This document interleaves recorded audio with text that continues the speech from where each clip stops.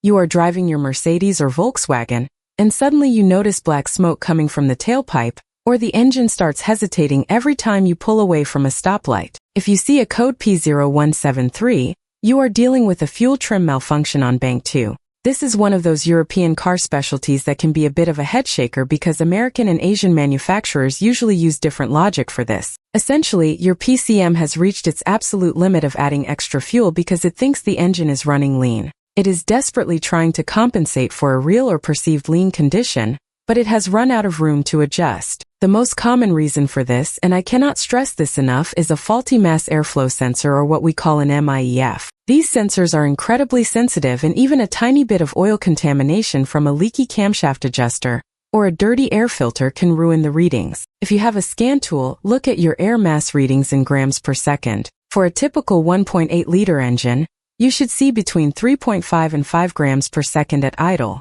At 2500 RPM with no load, that should jump to between 9 and 12 grams per second. If you are seeing way less than that, the sensor is lying to the computer and telling it there is less air than there actually is. Also, keep an eye out for vacuum leaks or cracks in the turbocharge hoses if you are running a forced induction setup. Even a tiny tear in a crankcase vent hose under the intake manifold can let in unmetered air that throws the whole system out of balance. Before you go buying parts, check your O2 sensor connectors for oil intrusion. If oil from an engine leak has wicked its way down the harness into the plug, it will mess up the voltage signals and trick the computer into dumping too much fuel. Clean those connectors with electrical contact cleaner, check your vacuum lines for any dry rot, and verify that MIEF sensor before you let a shop talk you into a whole new fuel system. Remember that cheap aftermarket sensors often do not meet factory specifications, so stick with high-quality original equipment if you want the fix to actually last. Do not be tempted by those cheap auctions because you will just end up doing the job twice.